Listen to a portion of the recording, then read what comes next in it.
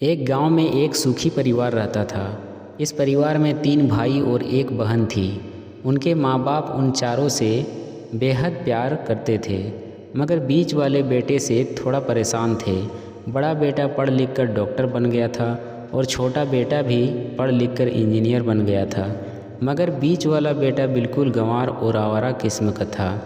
कुछ समय बाद ही उनके दोनों बेटे डॉक्टर और इंजीनियर ने शादी कर ली और कई महीना के बाद ही उनकी बेटी का भी एक अच्छे घराने में विवाह हो गया।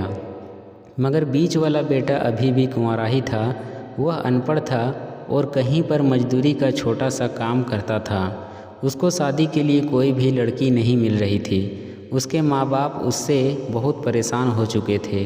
अब जब भी उसकी बहन अपने मायके आती तो वह अपने डॉक्टर और इंजीनियर दोनों भाइयों से मिलती थी, मगर बीच वाले भाई से बहुत कम मिलती थी, क्योंकि वह उसे ज़्यादा पैसे नहीं दे पाता था। लेकिन फिर भी वह अपनी बहन से बहुत अधिक प्यार करता था। कुछ समय बाद उसके पिताजी के बीच वाले बेटे के बिना शादी किए ही मृत्यु हो गई। उनकी माँ ने सोचा कहीं अब किसी के मुंह से बंटवारे की बात निकले, इसलिए अपने ही गांव में एक सीधी सादी लड़की से बीच वाले बेटे की शादी करवा दी। शादी होते ही न जाने क्या हुआ, अनपढ़ बेटा मन लगाकर काम करने लगा और पहले से कहीं ज़्यादा मेहनत भी करने लगा। अब कोई भी पुराना दोस्त उसको मटर गश्ती के लिए बुलाने आता तो वह मना कर देता। एक दिन उसके डॉक्टर और इंजीनियर भाई ने सोचा कि यह तो गंवार और अनपढ़ है, हम इससे कहीं ज़्यादा पैसे कमा लेते हैं, इसलिए अब हमें बंटवारा कर लेना चाहिए। माँ के लाख मना करने के बाद भी दोनों बेटों ने बंटवारे की तारीख तय कर दी और उन्होंने अपनी बहन को भी बुला लिया।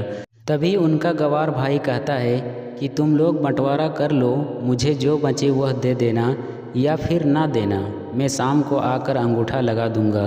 तभी उसकी बहन कहती है, अरे बेवकूफ़, तू तो हमेशा बेवकूफ़ ही रहेगा। ज़मीन का हिस्सा तो आमने सामने बैठकर होता है। और उसकी माँ भी उसे काम पर जाने से रोकती है।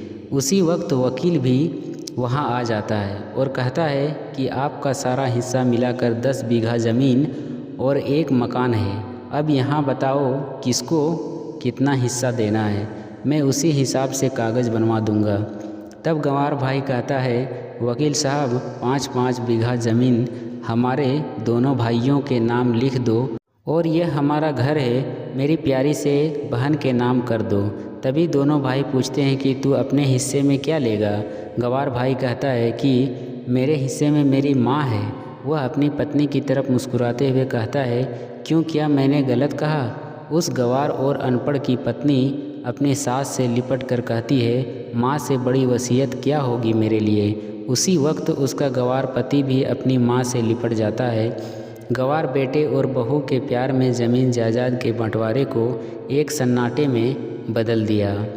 तभी बहन अपनी गंवार भाई के गले से लिपट कर रोती हुई कहती है कि माफ़ कर दो भैया, मैं आपको सम्मान नहीं दे सकी। तभी उसका भाई कहता है, मेरी प्यारी बहन, इस घर में जितना अधिकार हमारा है उतना ही तुम्हारा भी है। और रही बात बंटवारे की, तो बंटवारा नहीं करने से जीवन तो खत्म नहीं हो जाएगा। क्यों करते हैं हम बंटवारा? क्या हम एक साथ मिलकर नहीं रह सकते, जैसे हम बचपन में मिलकर खेलते रहते थे?